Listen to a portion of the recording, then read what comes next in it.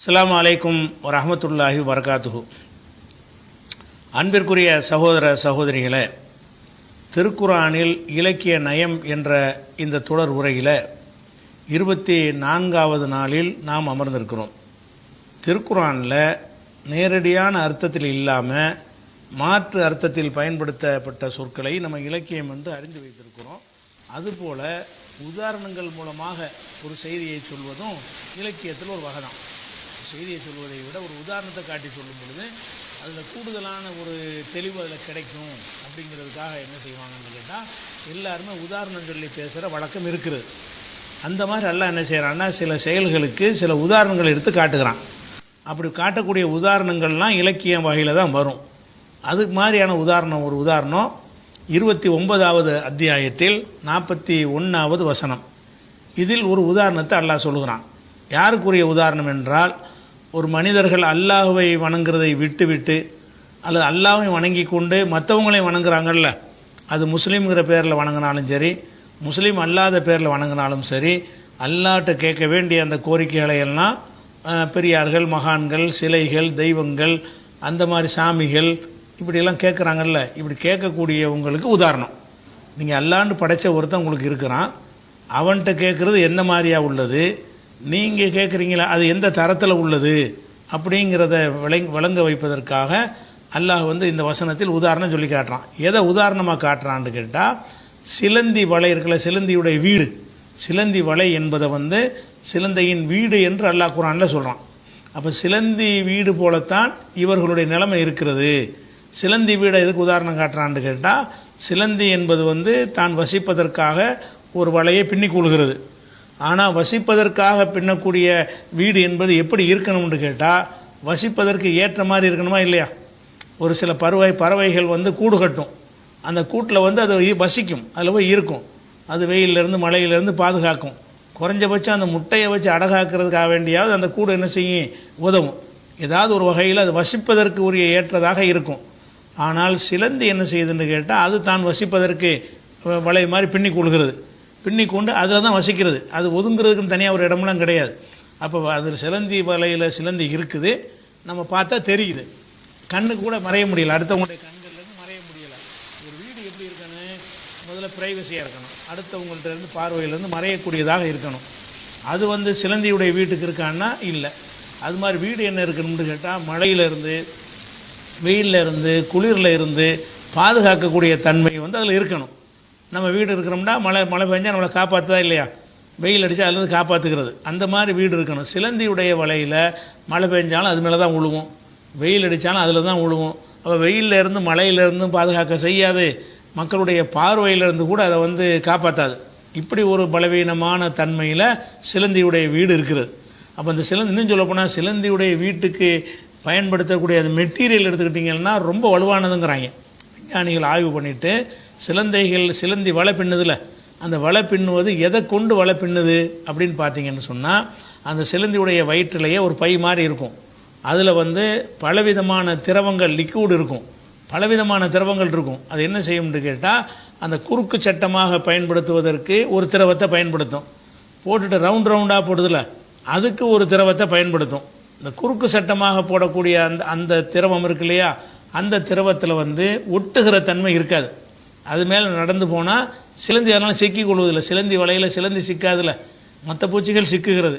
இது பக்குவமாக என்ன செய்யும்னு கேட்டால், அந்த ரவுண்டாக இருக்கிற அதில் கால் வைக்காது, இப்படி நேராக குறுக்க இருக்கும்ல, அந்த குறுக்கு வட்டமாக உள்ளதில் தான் நடந்து போய் என்ன செய்யும், இப்போ மாட்டிக்கிட்ட பூச்சியெல்லாம் பிடிக்கும். அந்த ரவுண்டாக போட்டக்கூடிய அந்த வலையை அப்படி போடுறதில்ல, அதில் என்ன செய்யும்னு கேட்டால் பயங்கரமான பசை இருக்கும். அதில் ஒரு கொசுவோ ஏதோ உட்காந்துச்சுன்னா எந்திரிக்க முடியாது. நம்ம எலியெல்லாம் பிடிக்கிறதுக்கு பேஸ்ட் மாதிரி வைக்கிறாங்கல்ல, எலி பிடிக்கிறதுக்காக வேண்டி அதில் எலி மாட்டிடுச்சுன்னா அது எந்திரிச்சு ஓட முடியாது. அந்த மாதிரி இந்த சிலந்தி வலையை வச்சு தான் அந்த எலி பிடிக்கிற சிந்தனை அவங்களுக்கு வந்திருக்க முடியும், இந்த கண்டுபிடிச்சாங்கல்ல. அப்போ சிலந்தி வலை என்ன செய்யுதுன்னு கேட்டால், அது எந்த ஒரு பிராணியை, கொசுவோ, அது சின்ன சின்ன உயிரினங்கள், ஜீவன்கள் பறந்து வந்துச்சுன்னு சொன்னால், ஈசல், தும்பி, அந்த கொசு, இந்த மாதிரி விஷயங்கள்லாம் பிடிச்சி சாப்பிடும். அது சாப்பிடுவதற்கு என்ன செஞ்சுருக்கு, அந்த வலையை விரித்து வச்சுருக்குது. அப்போ இந்த சிலந்தி வலை என்பது அது வசிக்கிறதுக்கு ஒரு இடமா மொத்தத்தில் இல்லை, அது வேட்டையாடுற வலையாகத்தான் இருக்கிறது. அப்போ ரொம்ப பலவீனமான வீடு தானே, வீடுன்னு சொல்கிறது தகுதி அதில் கடுகளவு கூட அதில் இல்லை. இது எல்லாம் எப்படி வளர்க்குறான்னு கேட்டால், மசலுள்ளதீன இத்தகது மிந்தூனில்லாஹி அவுலியா, அல்லாவை விட்டு விட்டு அவுலியாக்களை பொறுப்பாளர்களை தேர்ந்தெடுத்துக் கொள்கிறார்களே அவர்களுடைய உதாரணம் கமசலில் அன்கபூத், ஒரு சிலந்தியை போன்றது. இத்தகதத்து பைத்தன், அது ஒரு வீட்டை அமைத்து கொண்டது. இன்ன அவுகனல் புயூத்தி, வீடுகளிலேயே மிக மிக பலவீனமான வீடுகள் என்பது லபைத்துல் அன்கபூத், சிலந்தியுடைய வீடு தான். வீடுகளில் எத்தனை ஜீவன்களுக்கு வீடு, சில ஜீவன்கள் வீடு இல்லாமல் இருக்கும். ஆடு மாடெலாம் ஒரு வீடு கட்டிக்கிட்டா இருக்கிறது இல்லை. ஆனால் சில ஜீவன்கள் வீடு கட்டி வசிக்கக்கூடிய ஒரு தன்மையில் இருக்கும். குறிப்பாக பறவைகள் அப்படி இருக்கும். அந்த மாதிரியான வீடுகளில் பறவைகள் சின்ன சின்ன உயிரினங்கள் இருக்குல்ல, அதெல்லாம் மண்ணுக்குள்ளே போய் பாதுகாப்புக்காக வேண்டி என்ன செய்யும், புற்று மாதிரி அமைத்து கொள்ளும். கரையான்கள், எறும்புகள், இதுகளுக்கெல்லாம் வீடுகள் இருக்குது. ஆனால் இருக்கிற வீட்டிலேயே ரொம்ப ரொம்ப பலவீனமானது என்னென்னு கேட்டால் லபைத்துல் அன்கபூத், சிலந்தியுடைய வீடு தான். லவ்கானு யாலமூன், இதை அவர்கள் அறிய வேண்டாமா? சிலந்தி வீடு இவ்வளோ பலவீனமாக இருக்குத, இந்த மாதிரி தான்ப்பா நீ அல்லாஹ் அல்லாதவர்களை நீ அழைத்தாயானால் அதுவும் இவ்வளோ பலவீனம் என்பதை புரிவதற்கு அல்லாஹ் இதை சொல்கிறான். அப்போ ஃபஸ்ட்டு என்னென்னு கேட்டால், சிலந்திக்கு ஒரு வீடு இருக்கிறது. அந்த வீடு அந்த சிலந்தியை காப்பாற்றலை, அந்த சிலந்தியை என்ன செய்யலை, காப்பாற்றலை, மழை வெயிலேருந்து காப்பாற்றலை. அப்போ நீ ஒரு அந்த தெய்வம், இந்த அப்படியா, அந்த பெரியார் நீ கூப்பிட்டேன்னு சொன்னால் உன்னை நீ சிலந்தி ஆயிருன்னு அர்த்தம். அவங்கள நீ ஒரு வளைய நினைக்கிற, உன்னை காப்பாற்றக்கூடிய வீடு என்று என்ன செய்கிறாய், அந்த தெய்வங்களை எல்லாம் உன்னை காப்பாற்றும், மழை வெயிலேருந்து உன்னை பாதுகாத்துரும் நினைத்து கொண்டு நீ போகிறாய். நீ சிலந்தியாக இருந்து அதை போய் கேட்குறேன்னு சொன்னால் உன்னே அது காப்பாற்றுமானா காப்பாற்றாது. இன்னும் சொல்லப்போனால் இந்த சிலந்தி வலையுடைய இன்னொரு முக்கியமான தன்மை என்னென்னு கேட்டால், அதாவது அதனுடைய எதிரிகள்லேருந்து அதை காப்பாற்றாது. சிலந்தியை பிடிச்சி திங்கிறதுக்கு சில ஜீவன்கள் இருக்குது, சில பறவைகள், சில குளவி போன்ற வகைகள்லாம் சிலந்தியை பிடிச்சி சாப்பிட்றோம். அப்போ சிலந்தியை பிடிச்சி சாப்பிடும்போது அந்த சிலந்தி அதுலேருந்து காப்பாற்றிக்கிற முடியுமா? காப்பாற்றிக்கிற முடியாது. அந்த வீடு காப்பாற்றுற வீடு இல்லை, ஒளிஞ்சிக்கிற முடியலை போய். அப்போ சிலந்தி தன்னை காப்பாற்றி கொள்ளவும் முடியலை, இயற்கை தன்மையில் இருந்து இடர்களிலிருந்து பாதுகாத்து கொள்ளவும் முடியலை. ஆனால் அதுதான் வீடு என்று நினைக்கிறது. அதுபோக சிலந்தி உலையில் இன்னொரு தன்மை என்னென்னு கேட்டால், அது வசிக்கிறதுக்கு ஒரு இடமாக இருப்பதை விட அடுத்தவங்களை அழிக்கிறதுக்கு ஒரு இடமாக இருக்கிறது. அந்த சிலந்தி வலையை எதுக்கு வச்சுருக்குன்னு கேட்டால், சின்ன சின்ன கொசுக்கள்லாம் அதில் மாட்டினோன்னு பிடிச்சி நம்ம சாப்பிடணும் அப்படிங்கிறதுக்காகத்தான் அந்த சிலந்தி வலை அமைந்திருக்கிறது. அப்போ சிலந்தியுடைய வலை என்பது அதனுடைய வீடாக இருப்பது என்பதை விட மற்ற உயிரினங்களை கொள்வதற்குரிய ஒரு கொலைக்களமாக இருக்கிறது. அந்த மாதிரி தான் இந்த தர்காக்கள், இந்த மாதிரி பல வழிபாட்டு தலங்கள் எல்லாம் நம்மளை கொன்றொழிக்கிற ஒரு தலமாக இருக்கிறது. நம்மளை ஈழுக்கு கூப்பிடுது. பசையை வச்சு சிலந்தி எப்படி பசையை தடவி வைத்து நம்மளை கூப்பிடுகிறதோ அந்த மாதிரி என்ன செய்யணும், அந்த வழிபாட்டு தலங்கள்ல எல்லாம் நம்ம ஈர்க்கக்கூடிய அந்த பசைகளை தடவி வச்சுருப்பாங்க. அது ஆடல், பாடல், கூத்து, கும்மாளம் எல்லாம் போடுறாங்கல்ல, அந்த மாதிரி வழிபாட்டு தலத்துக்கெல்லாம் நீங்கள் போனீங்கன்னு சொன்னால் உங்களை ஈர்க்கக்கூடிய பல விஷயங்கள் அதில் இருக்கும். அதுக்கு போய் வச்சிங்கன்னா வசமாக மாட்டிக்கிடுவீங்க. அந்த மாதிரி ஒரு தன்மை இருக்குதுங்கிறனால தான் அல்லாஹ் சிலந்தி வலையை உதாரணம் காட்டுறான். இன்னும் சொல்ல போனால் அது பலவீனமாக இருக்குதுல்ல, அது பலவீனமாக இருக்கிறதுல கூட ஒரு ஆச்சரியம் என்னென்னு கேட்டால், அது பின்னுவதற்கு பயன்படுத்துகிற அந்த நூல் மாதிரி போடுதில்ல, அதனுடைய வலிமை எவ்வளோ உண்டு கேட்டால் இரும்பை விட 5 மடங்குங்க. சிலந்தி வலையுடைய அந்த மெல்லிசா நூல் மாதிரி போடுதில்ல, அது எப்படி நூல் மாதிரி உருவாகுதுன்னு கேட்டால், அதனுடைய வயிற்றில் ஒரு திரவம் மாதிரி சுரக்கும். 2-3 வகையான திரவங்கள் அதில் சுரக்கும். அது என்ன செய்யும்னு கேட்டால், அந்த திரவத்தை எடுத்து கொண்டு அப்படியே குறுக்க நடக்குமா, திரவத்தை அப்படியே போட்டுக்கிட்டே போகும். ரொம்ப மெல்லிசா, அது இரும்பை கூட அவ்வளோ சின்னது ஆக்க முடியாது. அவ்வளோ மெல்லிசான முறையில் அப்படி நடந்து போகும் பொழுது காற்று பட்டவுன்னு அந்த திரவம் இறுகிரும். காற்று பட்டவுன்னு இறுகி நூல் மாதிரி ஒரு தன்மைக்கு வந்துடும். அப்படி உள்ள திரவம் இந்த குறுக்காக போடுதில்ல, அந்த திரவத்துடைய தன்மை. குறுக்க போட்டு முடிச்சுட்டு இப்போ ரவுண்டாக வள மாதிரி அப்புறம் அமைக்கும். அந்த திரவம் வேறு. இப்படி குறுக்க போடக்கூடிய திரவங்கிறது வேறு. அது உடனே காஞ்சி போயிடும், அதில் ஒட்டுகிற தன்மை இருக்காது. இப்படி சுற்றி போடுதில்ல வள மாதிரி, அந்த திரவத்தை எடுத்துக்கிட்டிங்கன்னு சொன்னால் அது திரவமாக ஒரு நூல் மாதிரியும் ஆயிடுது, காஞ்சியும் போயிடுது. ஆனால் அதில் சின்ன ஒரு பிராணிகள், சின்ன உயிரினங்கள் உட்கார்ந்தால் எந்திரிக்க முடியாது, பிடிச்சிக்கிற முடியாது. அதில் இழுக்கக்கூடிய பசை மாதிரியான ஒரு தன்மை அதில் இருக்கும். அப்போ ஒரே சிலந்தியில் தான் இப்படி ஒரு திரவமும் வருகிறது. அந்த செக்ஷனை முடிச்சுட்டு என்ன செய்யணும்னா, அப்போ ரவுண்டு போடுறதுக்கு ஒரு திரவம் வேறு திரவத்தை எடுத்துக்கிட்டு வரும்.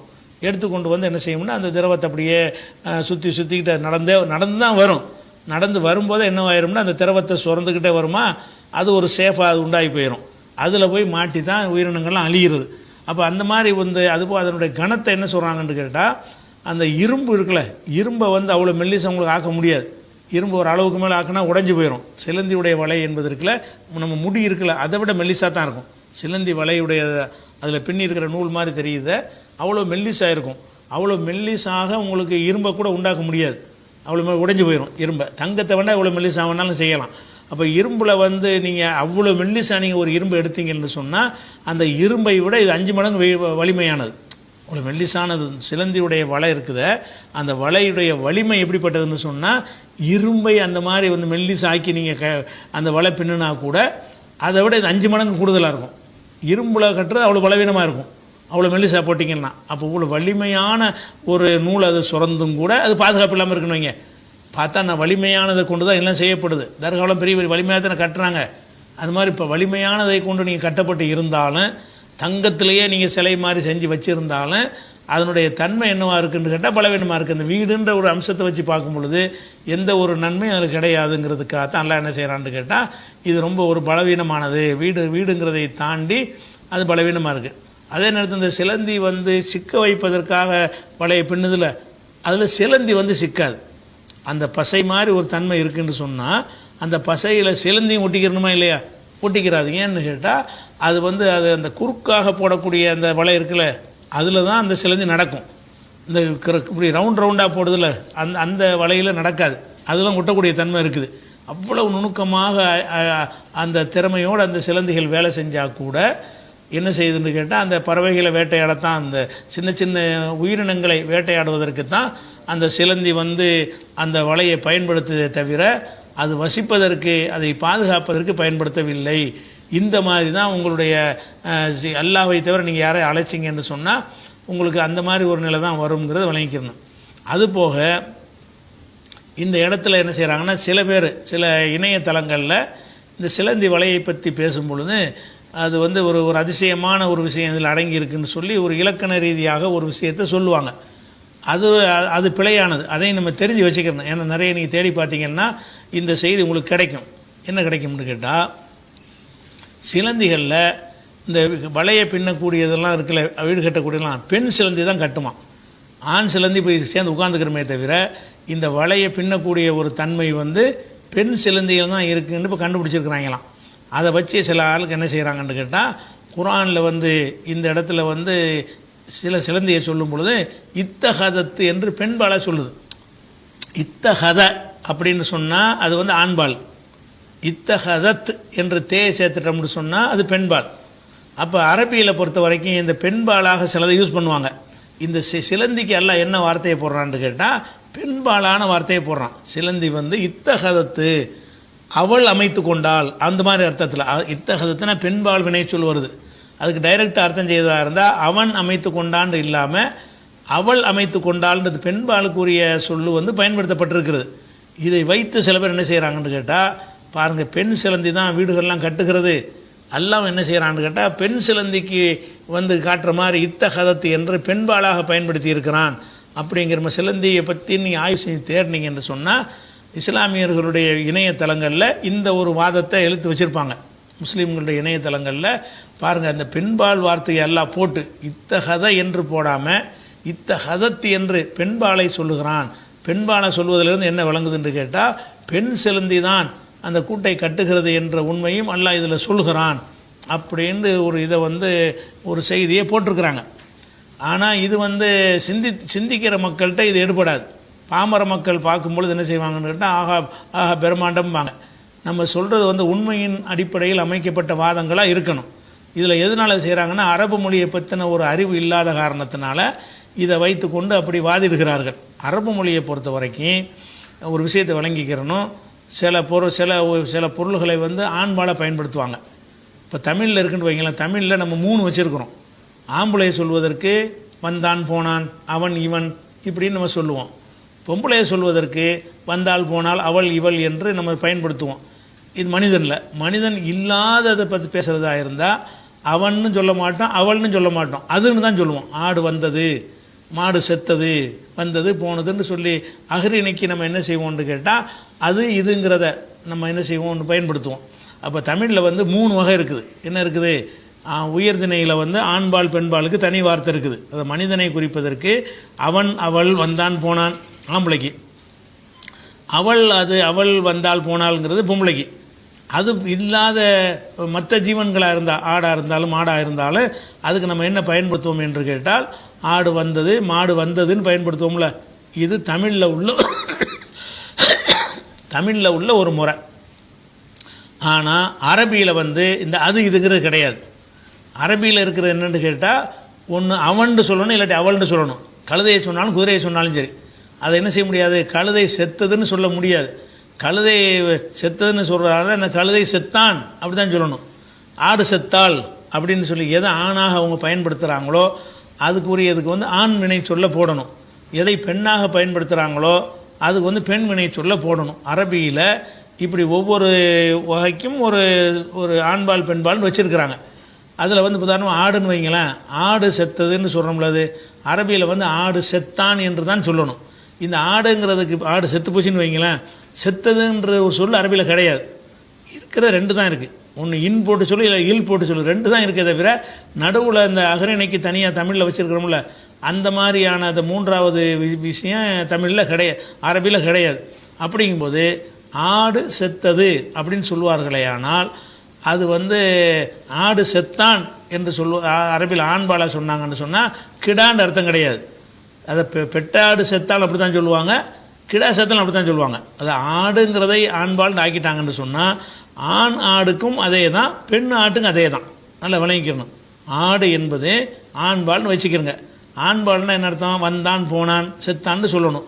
செத்தான்னு சொல்கிறது இருக்குல்ல, அது ஆண் ஆட்டுக்கு மட்டும் சொல்ல மாட்டாங்க, பெண் ஆட்டுக்கு சொல்லுவாங்க. ஆடுங்கிறது இப்போ ஆண்பால், அவ்வளோதான். ஆடுங்கிற சொல்லு அரபியில் ஆண்பால். இப்போ சூரியன் சந்திரன் இருக்குது. சூரியன் என்ன செய்வாங்கன்னு கேட்டால், சூரியன் உதித்தாள் பெண்பாலை தான் சொல்லுவாங்க அரபியில். சந்திரனை ஆண்பாலை சொல்லுவாங்க, சந்திரன் உதித்தான். சந்திரனுக்கு என்ன செய்வாங்கன்னா தல அல் கமரு, சூரியன் சந்திரன் உதித்தான். உதித்ததுன்னு ஒரு சொல்லு இல்லை, உதித்ததுன்னு ஒரு சொல்லு இல்லாததுனால என்ன சொல்லுவாங்க, சந்திரன் உதித்தான். அப்போ சந்திரன் என்ற வர இடத்துல நீங்கள் ஆண்பாலை தான் யூஸ் பண்ணணும். எங்கே எல்லாம் அந்த சந்திரன்கிற சொல் அரபியில் வருகிறதோ அதை பற்றி பேசுவதாக இருந்தால் அவன் இவன்கிற மாதிரி தான் அந்த சொல்லை நீங்கள் பேசணும்.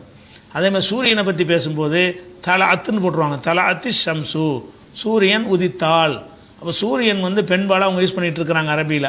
அப்போ எங்கெல்லாம் சூரியன்கிறது வருகிறதோ அதை பற்றி பேசும்பொழுது அவள் தான் சொல்லணும். சூரியனை பற்றி பேசும்போது அவன்கிற வார்த்தையை போட முடியாது, அவள்ங்கிற ஹிய அப்படி போடணுமே தவிர அந்த அவன்கிற வார்த்தையை யூஸ் பண்ண முடியாது. இப்படி ஒவ்வொன்றுக்கும் ஆண்பால் பெண்பால் இருக்குது அரபியில். ஒன்றுக்கு என்ன செய்கிறது, ஆடு மாடு கழுதை குதிரை பன்னி நாயின் எதை எடுத்துக்கிட்டாலும் சரி அதை ஆண்பாலை பயன்படுத்துவதா பெண்பாலை பயன்படுத்துவதா என்பது அவங்களுடைய பழக்கத்தை வச்சு தான் தெரிஞ்சுக்கிற முடியும். சட்டம்லாம் கிடையாது. எதை ஆண்பால் ஆக்குறது எதை பெண்பால் ஆக்குறதுன்றது நம்ம கையில் கிடையாது. அந்த அரபு மொழி பேசக்கூடியவர்கள் எதை ஆண்பால் என்று அவங்க பயன்படுத்துகிறாங்களோ நம்மளை ஆண்பாலாக யூஸ் பண்ணணும். எதை பெண்பால் என்று பயன்படுத்துகிறார்களோ அதை பெண்பாலாக யூஸ் பண்ணணும். அந்த மாதிரி வகையில் இந்த இடத்துல அன்கபூத்துங்கிறது சிலந்திக்கு உள்ள சொல்ல அன்கபூத். சிலந்திங்கிற சொல்ல என்ன செய்வாங்கன்னு கேட்டால் பெண்பாலை பயன்படுத்துவாங்க. ஆண் சிலந்தியாக இருந்தாலும் பெண்பாலை தான் பயன்படுத்துவாங்க, பெண் சிலந்தியாக இருந்தாலும் பெண்பாலை தான் பயன்படுத்துவாங்க. சிலந்தி வந்தால் சிலந்தி போனால் அப்படி தமிழில் சொல்வதாக இருந்தால், சிலந்தி வீடு கட்டினான் என்று சொல்லாமல் சிலந்தி வீடு கட்டினாள் இல் போட்டு தான் சொல்லுவாங்க. அப்போ இந்த இல் வந்ததுனால அது பெண்ணை குறிக்குதுன்னு சொல்லுவது ஒரு மடமை. இல் என்பது அந்த சிலந்திக்கு உரியது, ஆணுக்காக தான் சொல்லுவாங்க. ஆண் சிலந்திக்கு வந்தால்தான், பெண் சிலந்தியும் வந்தால்தான். ஆண் சிலந்தியும் வீடு கட்டினால் பெண் சிலந்தியும் வீடு கட்டினால், சிலந்தின்னு வந்துட்டாலேயே அது ஆண் பெண் என்கிற பேதத்தை வைத்து அந்த சொல்லு வராது. சிலந்தின்னா அது பெண்பால், அவ்வளோதான். ஆடுன்னா அது ஆண்பால், வெட்டுக்கிளின்னா ஆண்பால். வெட்டுக்கிளின்னு ஒரு இருக்கணும், சிலந்தி மாதிரி ஒரு பிராணி தான், ஒரு உயிரினம் தான். அந்த வெட்டுக்கிளி எப்படி செய்வாங்கன்னா ஆண்பாலாக சொல்லுவாங்க. அதாவது மாத்தல் ஜராது, வெட்டுக்கிளி செத்தது, செத்ததுன்னு தமிழில் மொழிபெயர்க்கிறோம். அரபியில் எப்படி இருக்குன்னா செத்தான்ட்டு தான் இருக்கும். அரபியில் சொல்வதாக இருந்தால் வெட்டுக்கிளி செத்தான், சிலந்தி செத்தாள். சிலந்தையை பற்றி பேசினால் செத்தாள் என்று அந்த இல் போடுற சொல்லத்தான் அரபியில் பயன்படுத்தணும். வெட்டுக்கிளிக்கு போட்டீங்கன்னா வெட்டுக்கிளி செத்தான் என்று இன் போட்டு நீங்கள் பேசணும். அப்போ இதை விளங்கிட்டோம்னு சொன்னால் இந்த இடத்துல பெண்பாலாக எல்லாம் பயன்படுத்தி இருக்கிறான், அதனால பெண் சிலந்திங்கிறாங்கல்ல, அது அறியாமல். ஆண் சிலந்திங்க அப்படி தான் சொல்லணும். இத்தகதத்து என்ற வார்த்தையை வைத்துக்கொண்டு அல்லாஹ் பெண்பாலாக பயன்படுத்தி விட்டான், பெண் சிலந்தி தான் இந்த வலையை கட்டுகிறேன்னு சொல்லுவோம். அந்த மொழி தெரியாதவன் ரசிப்பாங்க. அரபு மொழி தெரிஞ்சவனாக இருந்தான்னு வைங்க, அவன் என்ன செய்வான், நல்லா புழுகுறாங்க இவங்க, அரபியில் இல்லாத இலக்கணத்தில் இல்லாத ஒன்று கொண்டு வந்து பொய்யான வாதத்தை வைத்து குரானை வந்து புகழ்கிறார்கள்னு அப்படி சொல்லிடுவார்கள். ஆனால் இத்தகதத்தின் பெண்பால வந்ததுக்கு காரணம் என்னென்னு கேட்டால், பெண் சிலந்திங்கிறதுனால இல்லை, ஆண் சிலந்திக்கு இத்தகதத்து தான். ஆண் சிலந்தியாக இருந்தாலும் இத்தகதத்துன்னு இத்து போட்டு தான் சொல்லணும். பெண் சிலந்தியாக இருந்தாலும் இத்தகதத் செத்து போச்சுன்னு வைங்களேன். ஆண் சிலந்தி செத்தாலும் மாத்தத், பெண் சிலந்தி செத்தாலும் மாத்தத். அப்போ மாத்தத் என்று பெண்பால வந்ததுனால அது பெண் சிலந்தியை குறிக்கும்னு சொல்வது இருக்குல்ல, அது வந்து இலக்கணம் தெரியாதவர்கள்ட்ட வந்து அதை சொல்லி நீங்கள் வந்து ஏமாற்றலாம். இலக்கணப்படி பார்க்குறவங்கள்ட்ட வந்து இது அந்த கருத்தையே சொல்லலையே, எது குரான் சொல்லாத ஒன்றை எதுக்கு குரானில் இருப்பதாக நீங்கள் பொய்யா திணிக்கிறேன்னு கேட்டுருவாங்க. அதனால சில ஆளுக்கு என்ன செய்கிறாங்கன்னா, இதை ஒரு விஞ்ஞானத்தை இஸ்லாம் சொல்லுகிறது. எப்படி இத்தகதத்துன்னு பெண்பால அல்லாஹ் பயன்படுத்தி விட்டான், அப்போ பெண் சிலந்தியை தான் இது குறிக்குதுங்கிறாங்க. அப்படி குறிக்காது. ஆண் சிலந்திக்கு அதே வார்த்தை தான். ஆண் சிலந்திக்கும் இத்தகதத்தான் சொல்லணும், பெண் சிலந்திக்கும் இத்தகதத்தான் சொல்லணும். அதனால வந்து இந்த பெண் சிலந்தி தான் வீடு கட்டும் என்கிற ஒரு விஷயம் உண்மையாக இருந்தாலும் அதை குரான் சொல்லலை. குரான் சொன்னதை தான் குரான் சொல்லுதுன்னு சொல்லணும். குரான் சொல்லாத ஒன்றை வந்து குரான் சொல்லுதுன்னு சொல்வது வந்து அது வந்து ஒரு ஏமாற்றக்கூடிய ஒரு தன்மை. அப்படி இருக்கக்கூடாது. இஸ்லாமிய கருத்தை சொல்லும் பொழுது அந்த மாதிரி பொய்யான விஷயங்களை வச்சு நம்ம என்ன செய்யக்கூடாது, சொல்லக்கூடாது. அது ஒரு விஷயமாச்சா. இது இந்த சிலந்திக்கு உதாரணம் காட்டினான். அது மாதிரி உள்ள இலக்கியமாக பயன்படுத்தப்பட்ட இன்னும் சில விஷயங்கள் இருக்கிறது. என்னென்னு கேட்டால், குரானில் எடுத்துக்கிட்டிங்கன்னா ஏராளமான வசனங்களில் ஒரு வார்த்தையை நீங்கள் பார்ப்பீங்க, மலக்கத்து ஐமானுக்குங்கிற வார்த்தை வரும். அதாவது உங்களுடைய வழக்கரம் சொந்தமாக்கி கொண்டவை. ஐமான் என்றால் வலது கரங்கள், மலக்கத்து என்றால் சொந்தமாக்கியவை. அல்லாஹ் வந்து நபிகள் நாயம் காலத்தில் அடிமைகள் இருந்தாங்க. ஆண் அடிமை இருந்தாங்க, பெண் அடிமை. அடிமை எப்படி உருவாவாங்கன்னு கேட்டால், போர்க்களத்தில் சண்டை நடக்கும் பொழுது எதிரிகள் தோற்றுருவாங்கல்ல, தோற்று போன ஆட்களை கைது பண்ணுவாங்க. கைது பண்ணவங்கள ஜெயில் மாதிரி கட்டி அடைச்சி வச்சு அவங்களுக்கு சாப்பாடு கொடுத்தா பெரிய பட்ஜெட் ஆயிரும். அவங்களுக்கு வந்து எதிரிகளை கைது பண்ணிட்டு வந்து அவங்கள பராமரிக்கிறதுன்னு சொன்னால் பெரிய அளவிலான ஒரு செலவு அதுக்கு தேவைப்படும். அதனால் அந்த காலத்தில் அந்த சிறைச்சாலைகள் கிடையாது. அதனால் என்ன செய்வாங்கன்னா, ஒரு 10 அடிமை மாற்றினார்னு சொன்னால் அந்த 10 அடிமையையும் 10 பேருக்கு பிரித்து கொடுத்துருவாங்க. நீ இந்த அடிமையை வச்சுக்க, அவன்கிட்ட வேலை வாங்கிக்க, சாப்பாடை போட்டுக்க அப்படின்னு வேலைக்கார மாதிரி கொடுத்துருவாங்க. இதனால் அடிமைங்கிற ஒரு முறை வந்து போர்க்களங்கள்னால உருவாகுது. உருவான பிறகு என்ன செய்வாங்கன்னா, தேவைப்பட்டால் தன்னிட்ட உள்ள ஒரு அடிமை விற்கவும் செய்வார் ஒருத்தர். எனக்கு ஒரு அடிமை கிடைச்சிச்சு, கிடைக்கிறது போரில் தான் கிடைக்கும். அடிமை என்பது போர்க்களங்கள் மூலமாகத்தான் கிடைக்கும். ஆனால் கிடைச்சதுக்கு பிறகு ஒருவர் வாங்கின அந்த அடிமை என்ன செய்யலாம்னு கேட்டால் சந்தையில் விற்பார். இந்த விதத்துக்கு காசை கொடு, நீ அவனை பயன்படுத்திக்க அப்படின்னு சொல்லுவார். இப்படி ஒரு அடிப்படை இருந்துச்சு. இதை வந்து சொல்லும்போது அடிமைகள்ங்கிற வார்த்தையை இஸ்லாம் சொல்லாமல் அதுக்கு என்ன வார்த்தையை பயன்படுத்துதுன்னா, உங்களுடைய வலது கைக்கு சொந்தமானது. ரெண்டு விஷயங்கள் இருக்குது. வலது கை சொந்தமாக்கி கொண்டது இந்த வார்த்தை குரானில் வரும்போதெல்லாம் அடிமையை தான் குறிக்கும். உங்களுடைய வழக்கரம் சொந்தமாக்கி கொண்டவை. உங்களுக்கு ஒரு அடிமை இருந்தான்னு சொன்னால் அதுக்கு அல்லாஹ் என்ன வார்த்தையை பயன்படுத்துவான் என்று சொன்னால், உங்களுடைய வழக்கரம் சொந்தமாக்கி கொண்டவை. வழக்கரத்தை எதுக்கு சொல்கிறான்னு கேட்டால், ஒருவனை சொந்தமாக்குறதுக்கு வந்து அவனுடைய கைப்பிடியில் இருக்குன்னு சொல்வதற்கு இடது கையை விட வலது கை வந்து வலிமையானது. நான் ஒரு பொருளை இடது கையில் பிடிச்சேன்னு வைங்களேன், ஈஸியாக பறிச்சுட்டு போயிடுவீங்க. நான் வலது கையில் பிடிச்சேன்னா ஈஸியாக உங்களுக்கு பறிக்க முடியாது. வலது கையில் பிடிக்கும் பொழுது பிடி கொஞ்சம் கடுமையாக இருக்கும். இடது கையில் பிடிக்கும் பொழுது வித்தியாசமாக இடது கை பழக்கம் உள்ளவங்க இருப்பாங்க, அதை கழிச்சிடணும். அது விதிவிலக்கு. இடது கை பழக்கம் உள்ள ஆளுக்கு வந்து இடது கை வலுவாக இருக்கும். இடது கை பழக்கம் இல்லாதவங்களாக இருந்தாங்கன்னு சொன்னால் பெரும்பாலும் இடது கை வந்து வலிமை கம்மியாக இருக்கும், வலது கை வந்து வலிமை கூடவாக இருக்கும். அதை சண்டை கிண்டைக்கெல்லாம் கடுமையான வேலைகள்லாம் வெட்டுறோம், எல்லாம் எதுக்கு பயன்படுத்துவோம்? ஒரு பொருளை வெட்டுறது, கோடாலி தூக்கி போடுறதுலாம் இடது கையில் வெட்டுவோம், வலது கையினால தான் வெட்டுவோம். ஒரு மரத்தை வெட்ட வேண்டியிருக்கு, கோடாலியை பிடிச்சி தூக்கி வலது கையினால தான் என்ன செய்வோம். ஒரு அறுக்க வேண்டி இருக்கிறது, வலது கையினால தான். இடது கையை துணைக்கி நிற்குமே தவிர அந்த வலிமையான அழுத்தம் கொடுத்து செய்யக்கூடியதெல்லாம் வலது கையில் தான் இருக்கும். அப்போ வலது என்பது மனிதனுடைய 2 கையும் ஒரே மாதிரி தெரிஞ்சாலும் பெரிய வித்தியாசம் இருக்குது. அதனுடைய வலிமை, அதனுடைய பயன்பாடை பொறுத்த வரைக்கும் வலது கை வந்து அதிகமான பயன்பாடு உள்ளதாகவும் அதிகமான சக்தி உள்ளதாகவும் தான் மனிதனுக்கு படைக்கப்பட்டிருக்கிறது. அப்போ வந்து வலது கையில் உள்ளதுன்னு சொல்லும்போது அவனுக்கு உரிமையானது, அவனுக்கு சொந்தமானதுங்கிறது. இந்த அடிமை என்பவன் வந்து அவனுடைய வலது கை பிடியில் இருக்கிறான், தப்பிச்செல்லாம் போக முடியாது. இடது கை பிடியில் இருந்தானா ஓடி போயிடுவாங்கிற மாதிரியும் வலது கையினாலும் பிடிச்சி வச்சுருக்கிறான். அவன் வலது கையினால் ஒருத்தனை பிடிச்சி வச்சுருந்தோம் என்று சொன்னால் ஸ்ட்ராங்காக பிடிப்போம். வலது கையினால் பிடித்தல் என்பது கொஞ்சம் வலிமையாக அந்த பிடி இருக்கும். வலிமையாக பிடித்து வைத்திருக்கிறார்கள் என்பதை சொல்வதற்காகத்தான் அல்லாஹ் என்ன செய்கிறான்னு கேட்டால் அந்த அடிமைகளை சொல்கிற எல்லா இடத்துலையும் வழக்கரம் சொந்தமாக்கி கொண்டவை, உங்களுடைய வழக்கரங்களுக்கு சொந்தமானவை அப்படிங்கிறான். வழக்கரங்களுக்கு சொந்தம் உண்டான அவனுக்கு தான் சொந்தம். உண்மையில் வழக்கரம் என்று சொல்வது அவனைத்தான் குறிக்கிறது. யார் அடிமையை வச்சிருக்கிறானோ அவனுக்கு பேர் வழக்கரம்ன்றான்ல. யார் அடிமையாக இருக்கிறாங்களோ அவங்க வந்து அவனுடைய உடைமைன்னு நல்லா சொல்லி காட்டுறான். அது அவனுடைய உடைமைன்னு சொல்கிறதுக்கு பதிலாக வழக்கரத்துக்கு சொந்தமானதுங்கிற வார்த்தை எல்லாம் பயன்படுத்துகிறான். ஏன்னு கேட்டால் அவனுடைய வலிமையினால தான் அந்த அடிமையாக இருக்க. பிறப்பினாலும் அவன் அடிமை ஆகலை. இவன்கிட்ட வலிமை இருக்கிறதுனால, இவன் போரில் ஜெயிச்சதுனால அவன் அடிமையாக போயிட்டான் அப்படிங்கிற கருத்து வர்றதுனால இந்த வழக்கரம் சொந்தமாக்கி கொண்டதுங்கிற வார்த்தையை இஸ்லாம் மட்டும் பயன்படுத்தலை, அந்த சமூகமே என்ன செஞ்சாங்கன்னு கேட்டால் அடிமைகளுக்கு இந்த வார்த்தை தான் யூஸ் பண்ணுவாங்க. அது குர்ஆனில் என்ன செய்யறாங்க, ஏராளமான இடங்களில் வரும். வழக்கரம் சொந்தமாக்கி கொண்டதுன்னா ஒன்று அடிமை ஆண்களாக இருப்பாங்க, இல்லைன்னா அடிமை பெண்களாக இருப்பாங்க. அடிமை பெண்களாக இருந்தாலும் அந்த முதலாளிக்கு தான் உரிமை. அவங்க அடிமை ஆண்களாக இருந்தாலும் அந்த முதலாளிக்கு தான் உரிமை. அந்த முதலாளிக்கு உரிமை என்பதை சொல்வதற்கு அல்லாஹ் என்ன செய்கிறான்னு கேட்டால், உங்களுடைய வழக்கரங்களுக்கு சொந்தமானவை. வழக்கரங்களுக்கு சொந்தம்னா உங்களுக்கு சொந்தம்னு அர்த்தம். வழக்கரத்தை கொண்டு வலது கையை அல்லாஹ் நாடவில்லை. வலது கை என்பது அந்த அடிமை யார் வச்சிருக்கிறானோ அவனை தான் அல்ல வலது கைங்கிறான். உங்களுடைய வழக்கரம்னா நீங்கள்னு அர்த்தம்.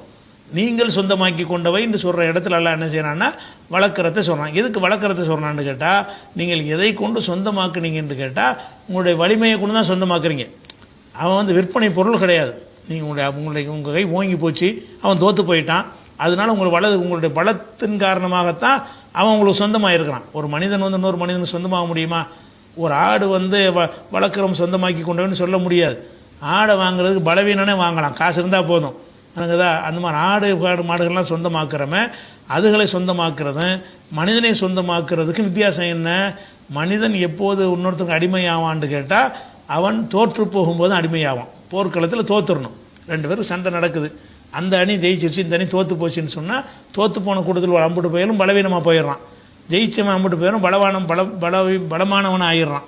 அப்போ அவனுடைய பலமானவன் கையில் பலவீனமானவன் மாட்டிக்கொள்கிறான்ல, அதனால தான் அந்த அடிமைங்கிற மெத்தேடு உண்டாகும். அதுக்கு தான் எல்லாம் என்ன செய்கிறான்னு கேட்டால், இவன் அடிமையாவெல்லாம் பிறக்க கிடையாது. இவன் அடிமையாகிறது மனிதனுடைய தன்மையில் உள்ளதும் கிடையாது. உங்கள் வழக்கரத்தில் சொந்தமாகி போச்சு, நீங்கள் பலத்தை கொண்டு அவனை எடுத்துக்கிட்டீங்க, உங்களுடைய இந்த பலத்தின் மூலமாக அவனை உரிமையாக்கி கொண்டீர்கள் அப்படி சொல்வதற்காக வேண்டி இந்த வலது கை மலக்கத்து ஐமானுக்கும்ன்றான். எங்கெல்லாம் வருதுன்னு கேட்டால், 4வது அத்தியாயத்தில் 3, 4ல் 24, 4ல் 25, 4ல் 36, 16ல் 71, 23ல் 6, 24ல் 31, 24ல் 33, 24ல் 58, 30ல் 28, 33ல் 50, 33ல் 52, 33ல் 55, 70ல் 30. இவ்வளோ வசனத்தை நீங்கள் பார்த்தீங்கன்னு சொன்னால், உங்களுடைய அடிமைகளை ஒழுங்காக நடத்துங்கன்னு சொல்லும்போது அல்லாஹ் என்ன செய்வான்னா மலக்கு தைமானுக்கும், அல்லது அடிமை பெண்களை நீங்கள் மனைவியராக நீங்கள் பயன்படுத்தி கொள்ளலாம் அப்படின்னு சொல்லும் பொழுது மலக்கு தைமானுக்கும் தான் வரும். அடிமை என்பதை பேசுவதற்கு அல்லாஹ் குர்ஆனில் பயன்படுத்தக்கூடிய வார்த்தை என்னன்னு கேட்டால், உங்களுக்கு வந்து அடிமை இந்த வழக்கரம் சொந்தமாக்கி கொண்டவை. அப்போ இந்த வழக்கரம் சொந்தமாக்கி கொண்டவைன்னு தான் தமிழகத்திலாம் போட்டிருப்பாங்க. அடிமைகள்டே போட்டு போயிடலாம். ஏன்னா வழக்கரம் சொந்தமாக போடும்போது மக்களுக்கு புரியாதுல்ல. தமிழகத்தில் என்ன செய்கிறாங்கன்னா உங்கள் வலதுகரம் சொந்தமாக்கி கொண்டவைன்னு போட்டிருப்பாங்க. அது போட்டோம்னா பார்க்குறவனுக்கு விளங்காது. வலதுகரம் சொந்தமாகி கொண்டு தான் என்ன ஒன்றும் விளங்கலேன்றான். அதை கருத்தாக நம்ம மொழிபெயர்க்கும் எப்படி போடணுதை அடிமைகள், உங்களுடைய அடிமைகள் அப்படின்னு போட்டோம்னா பளிச்சுன்னு விளங்கிறோம். அப்போ வழக்கரம் சொந்தமாகி கொண்டது ஏன் போட்டிருக்காங்கிறது விளக்கணும். வழக்கரம் சொந்தமாகி கொண்டதுன்னு நீங்கள் போட்டிங்கன்னு சொன்னால் அதுக்கு டெஃபினேஷனை கொடுக்கணும். எதை இது சொல்லுது? எல்லாமே வழக்கரம் தானே. வழக்கரத்தில் ஒரு வாழைப்பழத்தை கூட வச்சுருப்போம், அதுக்கு இந்த வார்த்தையை சொல்ல மாட்டாங்க. நம்முடைய வலது கரத்தில் ஒரு பேனா வச்சுருப்போம், அது வழக்கரம் சொந்தமாகி கொண்டுன்னு சொல்ல மாட்டாங்க. நமக்கு எத்தனையோ சொந்தமான ஏராளமான பொருள்கள் நமக்கு இருக்கும், அதுகளை பற்றி வழக்கரம் சொந்தமாகிக்கொண்டு சொல்ல மாட்டாங்க. அது வந்து அது அந்த பலத்தை கொண்டு சொந்தமாக்குறது கிடையாது. யார் வேண்டாலும் காசை கொடுத்து வாங்கலாங்கிற வகையில் சொந்தமானது. ஆனால் மனிதன் வந்து யாருக்கும் சொந்தமாக மாட்டான். மனிதனை வந்து ஒரு விற்பனை பொருளுமால் ஆக்கி அவனை சொந்தமாக்குறதுங்கிற வகையில் மனிதன் படைக்கப்பட்டிருக்கான். ஆனால் படைக்கப்படவே இல்லை, அவன் சுதந்திரமாக தான் படைக்கப்பட்டிருக்கிறான். எதனால் அவன் அடிமையானான்னு சொன்னால், இவனுடைய கை ஓங்கிருச்சு, அவனுடைய கை ஓங்கலை, வலது கை பலமாக இருக்குது, வலது கை அவனுடைய கைப்படியில் மாட்டிக்கிட்டான், இவன் வந்து இவனுடைய கைப்படி வலுவாக இருந்தனால இவன் மாட்டிக்கிட்டான், அவன் பலவீனமாக இருக்கிறான்.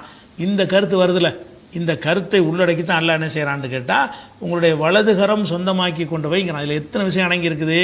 மனிதன் வந்து விற்பனை பொருள் கிடையாது. விற்பனை பொருளாக இருந்தால் பலத்தை கொண்டு செய்யணும்னு அர்த்தம் கிடையாது. பலம் இல்லாதவனு நம்ம கடையில் ஜாமான் வாங்குகிறோம், பலமானவனு வாங்குவான், பலம் இல்லாதவனு வாங்குவான். எந்த பொருளை வேணாலும் வாங்கலாம், காசை கொடுத்தா வந்துடும். அதை ஒன்றை சொந்தமாக்குவதற்கு நமக்கு வலிமை இருக்கணும்னு தேவை இருக்குன்னா தேவையே கிடையாது. அதெல்லாம் விற்பனை பொருள்கள். விற்பனை பொருளாக இருக்கிறதுனால அதுக்குரிய முறை பிரகாரம் நம்ம எதையுமே உரிமையாக்கி கொள்ள முடியும். மனிதன் என்பவன் விற்பனை பொருள் கிடையாது. நீ எப்படி சுதந்திரமாக இருக்கிற அதே மாதிரி அவனும் சுதந்திரமானவன் தான். ஆனாலும் உன்னுடைய வலதுகரம் அதை சொந்தமாக்கி கொண்டது. அதாவது உன்னுடைய வலிமையினால் சொந்தமாக்கி கொண்டாயின்னு அர்த்தம். வலதுகரத்து வலிமைக்கு உரியது. உன்னுடைய வலதுகரத்தினால் அதை சொந்தமாக்கி கொண்டாய் என்று சொன்னால் உன் கை ஓங்கி இருக்கிறதுனால தான். அவன் போரில் ஜெயிச்சிருச்சா உன்னை பிடிச்சிட்டு போயிருப்பான்ல, நீ அவனை பிடிச்சி அடிமையாக வச்சிருக்கிற. போர்க்களத்தில் அவன் ஜெயிச்சிருந்தான் என்று சொன்னால் அவன் கை உன்னை சொந்தமாக்கியிருக்கும். அப்போ வலதுகரம் சொந்தமாக்கி கொண்டதுங்கிற அந்த வார்த்தைக்கு வந்து எதுக்கெல்லாம் பயன்படுத்துகிறான்னு கேட்டால், அந்த மனிதன் வந்து இந்த இன்னொரு மனிதன் அடிமைப்படுத்துவதாக இருந்தால் பலத்தை கொண்டு தான் அடிமைப்படுத்துகிறான், அதை காட்டுறதுக்காக சொல்கிறான். அதனால் மேற்கொண்ட இத்தனை வசனங்கள்லையும் குரான் எடுத்து பார்த்தீங்கன்னா வழக்கரம் தமிழாக்கத்தில் அப்படி தான் போட்டிருப்பாங்க. வலதுகரம் சொந்தமாக்கி கொண்டவைன்னு போட்டு பிராக்கெட்டில் அடிமைகள்னு போட்டிருப்பாங்க, சொல்லுங்களா. ஆனால் உங்களுக்கு குழப்பம் வருது, என் வழக்கரம் சொந்தமாக்கி கொண்டதுன்னு போட்டு எதுக்கு அடிமைன்னு போடணும். வழக்கரம் சொந்தமாக்குறதுங்கிறது வந்து எதை குறிக்குது? வழக்கரம் சொந்தமாக்குறதுன்னா அவன்கிட்ட எல்லா உடைமைகளையும் குறிக்குமானா குறிக்காது. ஒரு மனிதனுக்கு வீடு வாசல் சொத்து சவுண்டு எவ்வளவோ இருக்கும்ல, ஆடு மாடு கழுத குதிரைலாம் இருக்கும். அதையெல்லாம் வழக்கரம் சொந்தம்ங்கிற வார்த்தையை கொண்டு சொல்ல மாட்டார்கள். வழக்கரம் சொந்தம்னு சொல்லுவது எதுக்கு மட்டும்தான் சொல்லுவார்கள்னு கேட்டால் அடிமைக்கு மட்டும்தான் சொல்லுவாங்க. மனிதனை அடிமையாக்குறது இருக்குல்ல, அந்த ஒரு செயலுக்கு மட்டும்தான் சொல்கிறாங்கண்டா என்ன அர்த்தம்னு கேட்டால் வலிமையினால் அவன் உடைமையாக்கி கொண்டான்ங்கிற அர்த்தம். இது மாதிரி உள்ள விஷயங்கள் இதுவும் இலக்கியம்தான். வழக்கரம் சொந்தமாக்கி கொண்டது அந்த வார்த்தையை அடிமைங்கிற வார்த்தையை பயன்படுத்தாமல் அல்லாஹ் என்ன செய்கிறான்டா எல்லா இடத்துலையும் வழக்கரம் சொந்தமாக்கி கொண்டு தான் சொல்கிறான். அடே நீங்கள் பலத்தினால அவனை நீங்கள் சொந்தமாக்கிட்டு இருக்கிறீங்க, உங்களுடைய வலிமையை கொண்டு தான் சொந்தமாக்கி இருக்கிறீங்கன்னு அதை நினைவுபடுத்துறதுக்காக வேண்டிய மனிதன் பிறப்பால் வந்து விற்பனை பொருள் கிடையாது அப்படிங்கிறத சொல்கிற ஒரு தத்துவம் அதுக்குள்ளே என்ன செஞ்சுருக்கு அடங்கி இருக்கிறது. இது ஒரு இலக்கியத்தினுடைய வகையாக பார்க்குறோம். அதே மாதிரி வந்து குரானில் வந்து சில விஷயங்களை வந்து ஓமையாக சொல்கிற விஷயம் இருக்குல்ல, அது மாதிரியான விஷயம் என்னென்னு கேட்டால் மனிதர்கள் அணிகிற ஆடையை பற்றி அல்லாஹ் பேசும் பொழுது உங்களுக்கு வந்து நிறைய ஆடையை நம்ம தான் இறக்கி வச்சுருக்குறோம், அது உங்களுடைய மறைவிடங்கள்லாம் மறைக்கக்கூடியதாக இருக்கிறது அப்படின்னு சொல்லிட்டு, ஆனால் ஆடையிலேயே சிறந்த ஆடை எதுன்னு கேட்டால் தக்வா என்ற ஆடைன்னு சொல்லி தக்வா என்ற இறை எச்சத்தை ஒரு ஆடை போல் அல்லாஹ் சித்தரித்து ஒரு வசனத்தில் சொல்கிறான். இதுவும் உதாரணம் தான். தக்வா வந்து ஆடையாகுமா எப்படி சொல்கிறான்னு கேட்டால் 7வது சூறாவில் 26வது வசனத்தில் இருக்கிறது. யா பனி ஆதமுடைய மக்களே கது அன்சல்னா அலைக்கும், உங்களுக்கு நம்ம இறக்கி வைத்திருக்கிறோம் லிபாசன், ஆடையை இறக்கி வைத்திருக்கிறோம். யுவாரி சவ் ஆத்திகம், உங்களுடைய மறைவிடங்களை மறைக்கக்கூடியது, மறைக்க வேண்டிய இடங்களை மறைக்கக்கூடிய ஆடையை இறக்கி வைத்திருக்கிறோம். ஒரு ரீஷா, இன்னும் அலங்காரமான ஆடை, மேற்கொண்டு அலங்காரத்துக்கு போடுற ஆடை இருக்குல்ல, தலைப்பாக்கலப்பா அப்படிலாம் வச்சு அலங்காரம் பண்ணுறான்ல, அது ஒரு ஆடை தான். அவுரத்தை மறைக்கிறதுக்கு ஆடையும் நம்ம இறக்கியிருக்கிறோம். அவுரத்தை மறைக்கிறது அல்லாமல் அலங்காரத்தை தரக்கூடிய மேலாடைகளை உங்களுக்கு இறக்கி தந்திருக்கிறோம். சொல்லிவிட்டு ஒரு லிபாஸ் இதில் மயங்கிறாதீங்க, இதுதான் ஆடை நினச்சிடாதீங்க. இதெல்லாம் தேவையாக இருந்தாலும் இதை விட முக்கியமான ஒரு தேவை இருக்கிறது. ஒரு லிபாசு தக்வா, தக்வா என்ற இறையச்சம் என்ற ஒரு ஆடை, நாளிக்க ஹைருன், அதுதான் உங்களுக்கு சிறந்தது. மேலான ஆடை எதுன்னு கேட்டால் இந்த ஆடைக்கு நீங்கள் செலவழிக்கிறதை விட முயற்சி பண்ணுவதை விட தக்வா என்கிற ஆடையை அணிந்து கொள்வதற்கு நீங்கள் முயற்சி பண்ண வேண்டும் அப்படின்னு சொல்லும் பொழுது நாளிக்க ஹைருன், இதுதான் மேலானதுன்னு சொல்கிறான். அப்போ இதில் என்ன உதாரணம் அப்படின்னு சொன்னால், தக்வாங்கிறது வந்து அது மனசில் உள்ள ஒரு விஷயம், அது ட்ரெஸ்ஸு கிடையாது. ஆடை என்பது வந்து நம்மள்கிட்ட இருந்து இல்லாத வெளியில் உள்ள பொருள் தான் ஆடைங்கிறது. நம்ம வெளியேருந்து எடுத்து நம்ம போத்திக்கிறோம், ஆடைங்கிறது அணிஞ்சிக்கிறோம். ஆனால் தக்வாங்கிறது என்னது? நமக்குள்ளே உள்ளது. நமக்குள்ளே உள்ள ஒரு இறை எச்சம் என்பது ஆடையாகுமா? ஆடையாக ஆகாது. ஆனால் என்ன செய்கிறான்னு கேட்டால் ஆடையோடு ஒப்பிடுகிறான். எதுக்கு ஒப்பிடுகிறான் என்று கேட்டால், ஆடையுடைய வேலை என்ன அப்படின்னு கேட்டிங்கன்னா, ஆடை வந்து வெப்பத்திலேருந்து நம்மளை காப்பாற்றுமா? சரி. குளிர்லேருந்து காப்பாற்றுமா? காப்பாற்றும். அதே மாதிரி வந்து தக்குவாங்கிற ஒரு இறையச்சம் உனக்கு இருக்கும் என்று சொன்னால் அதுவும் உன்னை ஒரு வகையில் காப்பாற்றும். தக்குவா இறையச்சம் வந்துச்சுன்னு சொன்னால் நீ திருட மாட்டாய். அதாவது அது ஒரு வகையான ஒரு தீமையிலிருந்து உன்னை காப்பாற்றுகிறது. தக்குவாங்கிற இறையச்சம் அந்த ஆடையை நீ போத்திக்கிட்டேன்னு சொன்னான், மனசுக்குள்ளே இறையச்சம் என்கிற ஒரு ஆடையை போத்தி கொண்டாயானால் உன்னை வந்து என்ன செய்ய முடியாது, தீமையின் பக்கம் நீ போகாமல் அந்த ஆடை தடுக்கும். இறையச்சம்ங்கிற ஒரு ஆடையை போத்தி கொண்டால் உன்னால் பொய் சொல்ல முடியாது, உன்னால் ஏமாற்ற முடியாது, உன்னால் பித்தலாட்டம் பண்ண முடியாது, அடுத்தவனுக்கு அநியாயம் செய்ய முடியாது, தீமைகள் செய்ய முடியாது, கொலை செய்ய முடியாது, விபச்சாரம் பண்ண முடியாது, சுரண்ட முடியாது, ஊழல் பண்ண முடியாது, பல விஷயங்கள் அனைத்துக்கும் கேடயமாக தக்வா என்பது இருக்கிறது. அப்போ தக்வா என்பது ஒரு ஆடை எப்படி வந்து சில பாதுகாப்பை நமக்கு தருகிறதோ, ஆடை ஒரு மெட்டீரியலாக இருக்கிறதுனால அது ஒரு வகையான பாதுகாப்பை தருகிறது. தக்வாங்கிறது மெட்டீரியல் கிடையாது. தக்வாங்கிறது ஒரு தன்மையாக இருந்துச்சு சொன்னால் அந்த தன்மையை கொண்டு உனக்கு சில பாதுகாப்பு கிடைக்கும். எப்போ உங்கள்கிட்ட வந்து தக்வா வந்து விட்டதோ அதை கொண்டு உனக்கு பாதுகாப்பு கிடைக்கும் அப்படின்னு. உதாரணமாக நோன்பை பற்றி எல்லாம் சொல்லும்போது கூட எப்படி சொல்லுவான்னு கேட்டால், உங்களுக்கு நோன்பை கடமையாக்கி இருக்கிறோம், முந்தி உள்ள சமுதாயத்துக்கு கடமையாக்கப்பட்டது மாதிரியே தான் கடமையாக்கி இருக்கிறோம். எதுக்காக என்றால் லல்லக்கும் தத்தக்கும், நீங்கள் தக்வா உடையவர்களாக ஆகணுங்கிறதுக்காக. அப்போ இறையச்சம் உடையவர்கள் ஆவதற்கு தான் நோன்பே எல்லாம் கடமையாக்கியிருக்கிறான். அப்போ நோன்புங்கிறதை வைத்து கொண்டு இருக்கும் பொழுது நமக்கு என்ன வருது, இறைவன் ஒருத்தர் இருக்கிறான், நம்மளை பார்த்துட்டு இருக்கிறாங்கிற ஒரு பாடம் வந்து அப்பப்போ வந்துக்கிட்டே இருக்கும். சாப்பாடு சரியான பசியாக இருக்கும், சாப்பாடை கொண்டாந்து வச்சுருப்பாங்க, நம்ம சாப்பிட மாட்டோம். ஏன் சாப்பிட மாட்டோம்? ஒருத்தருமே இல்லையே சாப்பிட முடியும்னு, ஒருத்தரும் இல்லை தான் சாப்பிட முடியும், சாப்பிட மாட்டோம். யாருமே இல்லாட்டாலும் சாப்பிட மாட்டோம், ஒருத்தரும் பார்க்காட்டா கூட சாப்பிட மாட்டோம். வீட்டில் நீங்கள் மட்டும்தான் இருக்கிறீங்க, சாப்பாடு இருக்கிறது, எடுத்து சாப்பிட்டா யாருக்கா தெரியுமா? தெரியாது, சாப்பிட மாட்டீங்க. ஏன் சாப்பிடுவது இல்லை? நல்லா பார்த்துட்டு இருக்கிறாங்கிற ஒரு அச்சம் உங்களுக்கு இருக்கிறதுனால சாப்பாடு இருக்கும், தொடவே மாட்டீங்க. யாரும் பார்க்கல, அவன் பார்க்குறான்னு மனசில் இருந்தால் தானே சாப்பிடாமல் இருக்கிறீங்க. நல்லா ஒருத்தன் பார்க்குறாங்கிற ஒரு எண்ணம் உங்களோட அடி மனசில் பதிஞ்சிருக்க போய் தான் அந்த உணவை உங்களால் சாப்பிட முடியலை. இப்படி பயிற்சி எடுத்துகிட்டு வந்தீங்கன்னா அடுத்தவன் சொத்தை எடுப்பீங்களா? உங்கள் சொத்தை எடுப்பதற்கு அல்லாவுக்கு பயந்து நீங்கள் நடந்தீங்கன்னு சொன்னால் அடுத்தவனுடைய சொத்தை எப்படி எடுப்பீங்க? அப்படிங்கிறது அந்த தக்குவா தான் நோன்பு கூட காரணம் காட்டுறான். அப்போ நோன்பு வந்து கூட என்ன செய்யுதுன்னா உங்களை வந்து தீமையிலேருந்து தடுக்குதுங்கிறோம்ல. அதே மாதிரி தொழுகையை சொல்லும்போது இன்ன சலாத்த தன்ஹா அனில் ஃபஹ்ஷாய் வல் முன்கர், தொழுகை என்பது தீமையிலேருந்து தடுக்குது, அருவருக்கத்தக்க காரியத்திலும் தடுக்குதுன்னு சொன்னால் அந்த தொழுகைக்கு வரும்போது என்ன செய்வான்னு கேட்டால் நம்மளை இறைவன் பார்க்குறான், இதுக்கு தொழுவாட்டி நம்ம நல்லா கேட்பான் அப்படின்ற அந்த பாடம் வரும்போது அதுக்கு பிறகு தொழுதுட்டு போன பிறகு கொஞ்சம் நேரத்துக்கு அது என்ன செய்யும், வேலை செய்யும். கொஞ்சம் நேர்மையாக நடப்பான், கொஞ்சம் ஒழுக்கமாக மறந்துப்போ மறுபடியும் அடுத்த தொழுகையில் சார்ஜ் ஏற்றிக்கிறணும். அந்த மாதிரியான ஒரு அடிப்படையில் மனுஷன் படைக்கப்பட்டிருக்கான்ல. அப்போ எல்லாத்துக்கும் அடிப்படை காரணம் என்னென்னு கேட்டால் இந்த தக்வாங்கிறது தான். தக்வா என்பது உங்கள்கிட்ட இருந்துச்சுன்னு சொன்னால் உங்களிடமிருந்து நிறைய நல்ல காரியங்கள் நிகழ்ந்து கொண்டே இருக்கும், தீய காரியங்கள்லேருந்து உங்களை அது பாதுகாத்துக்கிட்டே இருக்குங்கிற வகையில் அது ஒரு விஷயம். அது மாதிரி இன்னொரு விஷயம் என்னென்னு கேட்டால், அந்த உடை என்பது நம்மளோட உடலோட ஒட்டி இருக்கக்கூடியது தானே ஆடைங்கிறது.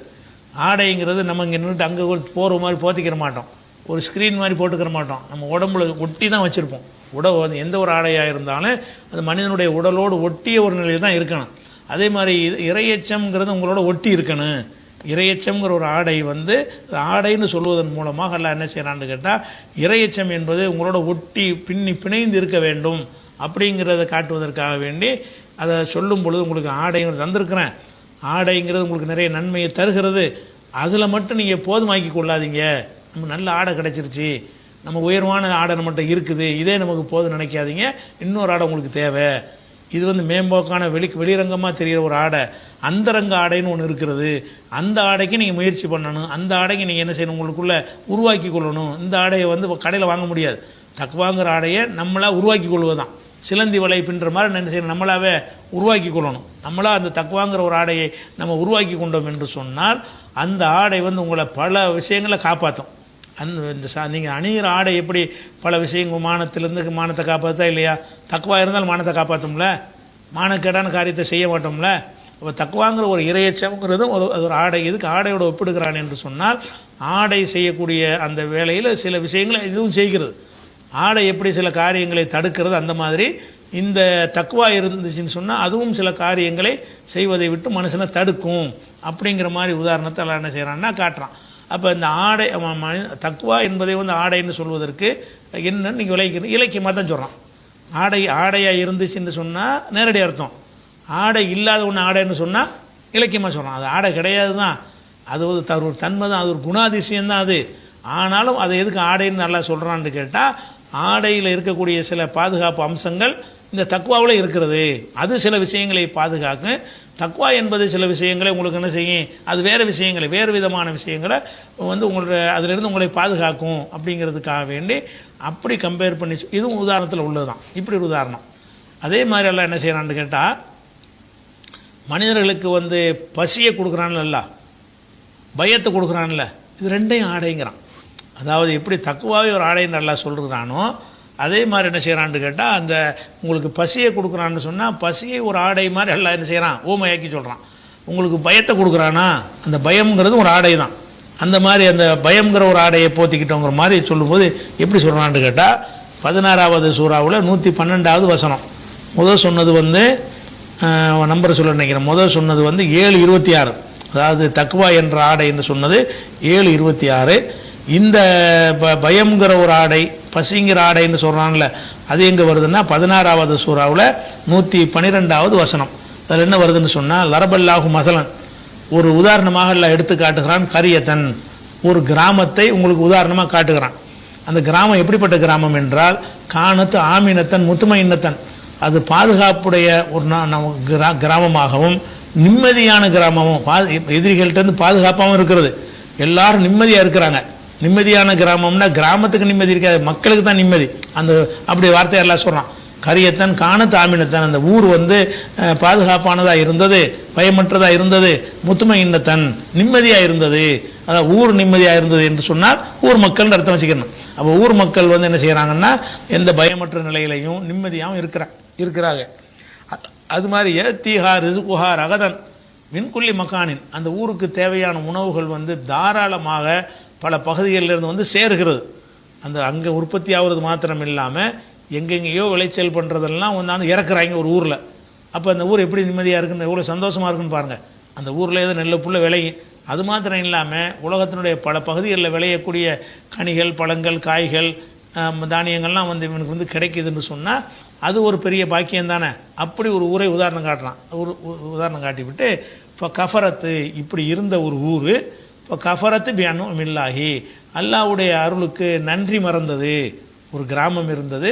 அந்த கிராமத்துக்கு வந்து அல்லாஹ் அமைதியை கொடுத்துருந்தான், பாதுகாப்பை கொடுத்துருந்தான்.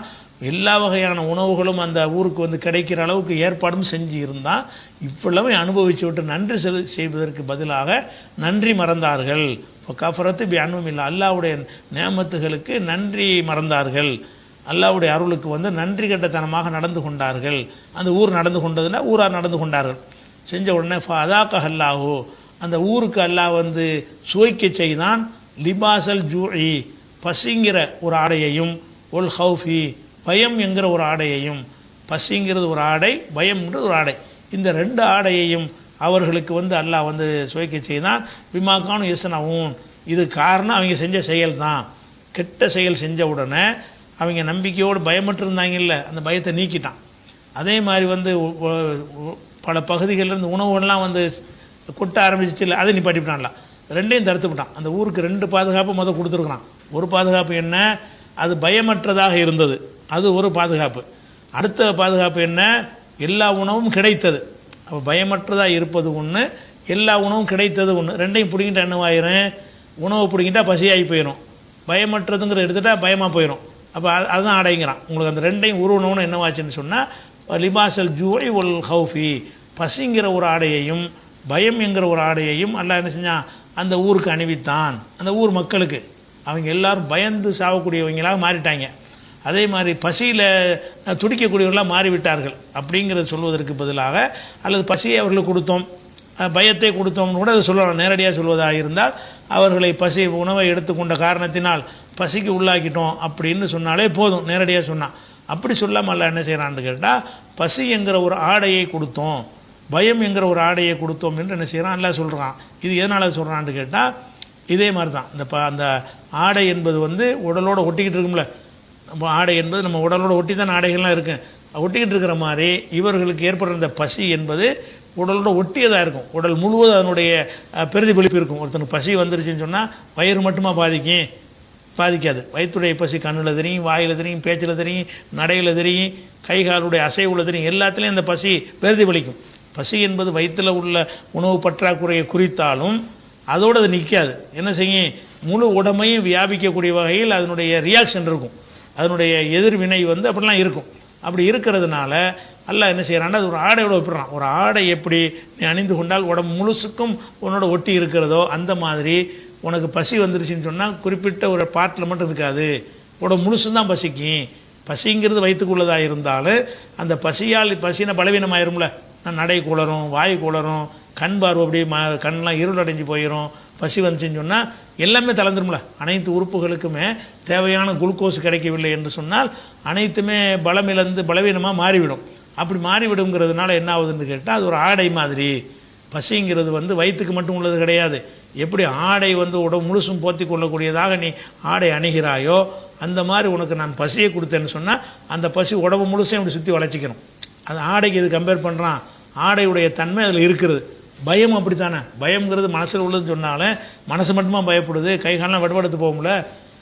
பசி எடுத்தாலும் பயத்தை எடுத்துக்கொண்டாலும் பயத்தை எதுக்கு எல்லாம் ஆடைன்னு சொல்கிறான். ஆடையுடைய ஒரு தன்மை இருக்குது. ஆடை எப்படி நம்மளை சுற்றி வளைத்து கொண்டு இருக்கிறதோ, நம்மளோட ஒட்டி உருவாடி கொண்டு இருக்கிறதோ, அந்த மாதிரி ஒருத்தனுக்கு பயம் வந்துருச்சுன்னு சொன்னால் கண்ணிலே பயம் தெரியுதுன்னு சொல்லுவாங்களே இல்லையா. கண்ணை பாரு பயம் தெரியுது, அவனுடைய நாக்கிலே பயம், நாக்கு தடுமாறும் பயம் தெரியும், கைகாலெலாம் விடவிடக்க ஆரம்பிச்சிடும் பயம் தெரியும். பயம் வந்துருச்சுன்னு சொன்னால் பயம்ங்கிறது மனசு சம்மந்தப்பட்டதுன்னு சொல்லி கொண்டாலும் அந்த பயத்துடைய அறிகுறிகள் எல்லா இடத்துலையும் இருக்குமே. உடம்பு முழுசும் இருக்குமே, உடம்பே கிடுக்கிடுக்குமே, உடம்பே நடுங்குமே. அது மாதிரி இருக்குது. பயந்து ஓட செய்வோம், கால்லாம் விடவிடக்க ஆரம்பிச்சிருமே. இப்போ கை காலிலேருந்து உடம்புலேருந்து எல்லாமே என்ன செய்யணும்னு கேட்டால் பசியினாலையும் ரெண்டுக்கும் ஒரே விளைவு ஏற்படணும். கவனிக்கணும். பசியினாலையும் பயத்தினாலையும் ஒரே மாதிரி ரிசல்ட் தான் வரும். பசி வந்தாலும் முழு உடம்பையும் பாதிக்கும், பயம் வந்தாலும் முழு உடம்பையும் பாதிக்கும். பயம் அதிகமாக போச்சுன்னு சொன்னால் மொத்த பாடியும் அந்த பயத்தினுடைய அந்த வினைவை எதிர்வினையை அனுபவித்தே தீரும். அந்த மாதிரி இருக்கும்போது எல்லாம் என்ன செய்கிறான்னு கேட்டால் இதை பசி பயம்னு சொல்வதை விட பசி என்கிற ஆடை, பயம்ங்கிற ஆடைன்னு சொன்னால் அந்த கருத்தை அழுத்தமாக இருக்கும்னு நல்லா என்ன செய்கிறான், அவன் நினச்சி அந்த வார்த்தையை பயன்படுத்துகிறான். ஏன் ஆடைங்கிறான்னு கேட்டால் முழு உடம்பையும் வியாபிக்குதுல. பசிங்கிறது வயிற்றுக்குள்ளே மட்டும் இருக்கு நினைக்கிறேன், அப்படி நினைக்காதப்ப அது ஒரு ஆடைப்பா, அது உடம்பு முழுசையும் பாதிக்குப்பாங்கிறான். பசிங்கிறது வயிற்று பிரச்சனையை மட்டும் நினைக்காத, வயிற்று பிரச்சனையாக இருக்குது மேலோட்டமாக பார்த்தா வயிற்று பிரச்சனை தான். ஆனால் உண்மையில் பார்த்தோம்னு சொன்னால் பசி வந்தால் பசி வந்துட 10 பறந்து போயிருங்கிறான்ல. ஒருத்தனுக்கு பசி வந்துருச்சுன்னு சொன்னால் மானோ ரோசம் வெக்கம்னு 10 பறந்து போயிடும், எல்லாம் போயிருங்கிறான். அப்போ பெரிய பாதிப்புகளை ஏற்படுத்தக்கூடியதாக முழு உடம்புக்கும் பாதிப்பை ஏற்படுத்தக்கூடியதாக இருக்கிறதுனால தான் அந்த ஆடைங்கிற வார்த்தை எப்படி அந்த முழு உடம்புக்கும் நம்மளுக்கு பாதுகாப்பு கவசமாக இருக்கிறது. அந்த மாதிரி இவங்களுக்கு பசி என்பது முழு உடம்பையும் சுற்றி வளைச்சிக்கிட்டு இருக்கிறது. பயம் என்பது ஒரு ஊரை சொல்லி எல்லாம் சொல்கிறான். ஒரு ஊர் இருந்தது, அந்த ஊருக்கு நிறைய பயமற்ற வாழ்க்கையை கொடுத்துருந்தோம், நிம்மதியான வாழ்க்கையை கொடுத்துருந்தோம், பல வகையான ரிசுக்குகளை கொண்டு வந்து கொட்டினோம். அதுக்கு பிறகு நன்றி கெட்டு போனதுனால அனைத்தையும் எடுத்தோம் என்னவாச்சுன்னா நிம்மதியும் போயிடுச்சு, அந்த அச்சமும் வந்து விட்டது, பசியும் வந்து விட்டது. அந்த மாதிரி ஒரு ஆடையை போத்திட்டோம் நல்லா சொல்லி காட்டுறான்.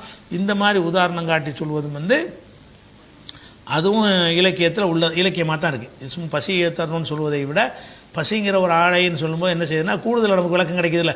இந்த பசிங்கிறது சாதாரண வயிற்று சம்மந்தப்பட்டது இல்லை, அது ஒரு ஆடைனா என்ன, ஆடை எப்படி சுற்றி வளைத்து முழு பாடிக்கும் நம்மளுக்கு ஒரு அணியக்கூடியதாக இருக்கிறது. அந்த மாதிரி பசி என்பது உடலையும் பாதிக்குமா இல்லையா? சிந்திச்சு பார்த்தோம், மேலோட்டமாக பார்த்தா பசி வந்து வயிற்று பிரச்சனை, சிந்திச்சு பார்த்தோம்னு சொன்னால் பசி வந்தால் எல்லாம் பாதிக்கும். பசி வந்தால் என்னவாயிரும், மொத்த உடம்பும் தளர்ந்து போயிடும். அவனுடைய எல்லா இயக்கங்களும் வேலை செய்ய முடியாது, வேறு காரியத்துக்கு போக முடியாது, ஸ்டடியாக நிற்க முடியாது, ஒன்றை பிடிக்க முடியாது, ஒன்றை கூர்மையாக பார்க்க முடியாது. காது கொடுத்து கூட பசி ஜாஸ்தியாக வந்துச்சுன்னு சொன்னால் காதுக்கு கேட்க ஒன்று தான் விளங்கும், தெளிவாக கேட்க முடியாதுன்னு சொல்லி மொத்த உடம்பையும் பாதிக்குதா இல்லையா? மொத்த உடம்பையும் பாதிக்கிறதுங்கிற ஒரு தன்மையை வச்சு பார்க்கும் பொழுது ஒரு ஆடை போல் இந்த பசி இருக்கிறது, பயத்தினால அது ஏற்படும். அதே மாதிரி அப்படி சொல்கிறதுனால அல்ல அந்த மாதிரி உதாரணம் காட்டுறான். அதே மாதிரி சில உதாரணங்களாக சொல்லும் பொழுது நம்ம வசிக்கிற பூமி இருக்குது. இந்த பூமி 2வது சூறாவில் 22வது வசனம். இந்த பூமி எப்படி இருக்குதுன்னு பார்த்தீங்கன்னு சொன்னால் யதார்த்தமாக அந்த பூமி எப்படி இருக்குங்கிறது ஒன்று, உங்களுக்கு எப்படி இருக்குங்கிறது ஒன்று. யதார்த்தமாக எப்படி இருக்கிறது, பூமி உருண்டையாக இருக்கிறது, யதார்த்தமாக இருக்கிறது. உருண்டையாக வந்து அப்படி இருக்கவும் இல்லை, அது பயங்கரமான வேகத்தில் சுற்றுகிறது. நீங்கள் இருக்கிற பூமி வந்து யதார்த்தமாக இருக்கிற நீங்கள் பூமிக்கு வெளியே நின்று ஒரு கேமரா மூலமாக அதை பார்த்தீங்கன்னு சொன்னால் என்ன செய்யும், அந்த பூமியோட ஈர்ப்பு விசைக்கு மேலே போய் நீங்கள் பார்த்தீங்கன்னு சொன்னால் அந்த பூமி என்ன வேகத்தில் சுற்றுது என்பதை நினைச்ச முடியும், பார்க்க முடியும். அவ்வளோ வேகமாக சுற்றுது. ஆனால் நீங்கள் வசிக்கிற பூமி வந்து உங்களுக்கு அந்த மாதிரி இருக்குதா? பூமிக்கு வெளியே இருந்து பார்த்தா தான் மட்டும் இருக்குது. பூமியோட யதார்த்த தன்மை என்னன்னு கேட்டால் அது வந்து நமக்கு ஒரு வசிப்பதற்கு தகுதி இல்லாத மாதிரி தான் இருக்குது. பார்த்தா பூமி வந்து எந்த ஒன்று சுற்றிக்கிட்டு இருக்கிற வசிக்க முடியுமா? ஒரு உருண்டை இருக்குது, ஒரு வீடு இருக்குது, இப்படி ஆடிக்கிட்டே இருக்குன்னா வசிப்பீங்களா? ஒரு வீடு இருக்குன்னா ஸ்டடியாக இருந்தால் தானே அஸ்திவாரம் போட்டு கட்டுறீங்க. எதுக்கு கட்டுறீங்க? அஸ்திவாரம் இல்லாட்டி ஆட்டம் கண்டுற வீட்டில் நம்ம இருக்க மாட்டோம். அப்போ ஆட்டம் காணாமல் இருக்கணும், ஸ்டடியாக இருக்கணும், உறுதியாக இருக்கணும் என்பது தான் நம்ம வசிக்கிறதுக்கு. நம்ம படுத்துக்கொள்கிற படுக்கை இருக்குன்னு வைங்களேன், அந்த விரிப்பு வந்து ஆடுனா படுப்பீங்களா? லேசாக கட்டில் ஆணிச்சுன்னு வைங்க, திருத்துன்னு எந்திரிச்சு உட்காந்துருவீங்க. நீங்கள் படுக்கிற அந்த கட்டில விரிப்புகள்லாம் என்ன செய்யணும்னு கேட்டால் ஸ்டடியாக இருக்கணுமா இல்லையா? ஆனால் இந்த பூமியுடைய அமைப்பை வச்சு பார்த்தீங்கன்னா அப்படி இருக்கக்கூடாது. ஏன்னு கேட்டால் அது பிரம்மாண்டமான வேகத்தில் வந்து சுற்றிக்கிட்டே இருக்கிறது. சுற்றுறதுனால தான் இரவு பகல்லாம் வருகிறது. அப்போ பூமி என்ன செய்கிறது? அந்த சூரியனை சுற்றியும் வருகிறது, தன்னைத்தானே சுற்றுகிறது. தன்னைத்தானே சுற்றுறதை வந்து ஒரு நாள்னு சொல்கிறீங்க, சூரியனை சுற்றுறத வருஷம்ங்கிறீங்க. தன்னைத்தானே சுற்றுறதுனால தான் இப்படி இருக்குது, இப்படி சுற்றிக்கிட்டே இருக்குது. லேசாக சுற்றலை, ஆயிரக்கணக்கான மைல் வேகத்தில் சுற்றுறது. ஆயிரக்கணக்கான மைல் வேகத்தில் ஒரு சுற்றக்கூடிய ஒன்றில் வசிக்க இயலுமா? மனுஷனுக்கு வசிக்க இயலாது. ஆனால் எவனுக்காச்சும் தெரியுது அது நம்ம இருக்கிறவன் நம்ம பேசிக்கிட்டு இருக்கும்போது எத்தனை ஆயிரம் மைல் போயிட்டோம். இப்போ நான் பேசிகிட்டு இருக்கிற கொஞ்சம் நேரத்திலேயே பல ஆயிரம் மைல் நான் கடந்துட்டேன். இந்த பூமி என்னையும் சேர்த்துக்கிட்டு இருக்குதே போயிடுது, ஆனால் எனக்கு தெரியவே இல்லை. இப்படி ஒரு டிஃப்ரெண்ட்டாக அந்த பூமி எல்லாம் அமைச்சிருக்கான்ல, அது மாதிரி என்னென்னு கேட்டால் இந்த பூமியுடைய அடுக்கு எடுத்து பார்த்தீங்கன்னா பல அடுக்குகளாக எல்லாம் வச்சுருக்கிறான். அந்த அடுக்கு சுளையாக இருக்கும்ல, அந்த அடுக்கு மாதிரி வைத்திருக்கிறான். மேலே உள்ள அடுக்கில் தான் நம்ம வசிச்சுக்கிட்டு இருக்கிறோம். அதில் தான் விவசாயம் பண்ணுறோம், அதெல்லாம் மண் மாதிரி அமைப்பு இருக்கிறது, அஸ்திவாரம் தோன்றோம், வீடு கட்டுறோம், தாவரங்களை முளைக்க போடுறோம், படுக்கிறோம், எல்லாம் செய்கிறோமா. இது ஒரு சின்ன ஒரு அடுக்கு தான். அது கீழே என்ன இருக்குது? நெருப்பு குழம்பு இருக்குது. நெருப்பு குழம்புக்குள்ளே தான் மேலே தான் இந்த பூமி இருக்குது. கீழே நெருப்பு போட்டு எரிச்சா என்ன நடக்கும் உலகத்தில்? நீங்கள் வந்து ஒரு பானைக்கு மேலே நீங்கள் உட்காந்துக்கிட்டு கீழே நெருப்பு வச்சீங்கன்னா வெந்து போயிடுவீங்கள்ல. ஏதாச்சும் சூடு தெரியுதா?